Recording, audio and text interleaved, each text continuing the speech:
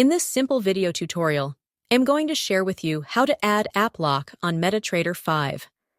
This adds an extra layer of security by requiring a PIN, fingerprint, or facial recognition to open the app, ensuring that even if someone gains physical access to your device, they cannot view your trades, account details, or execute transactions without permission. To do this, simply head to MetaTrader 5. You want to tap on the settings icon. You will then navigate onto the last option of settings. Here, tap on Lock Screen and select Enable. Now enter a 4-digit PIN. You will then re-enter the PIN once again.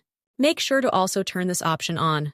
By doing this, the MetaTrader app will immediately get locked whenever you close it. Well, that's how easy it is to turn on App Lock on MetaTrader 5. And if you find this video helpful, consider subscribing to our channel for more informative tutorials like this one.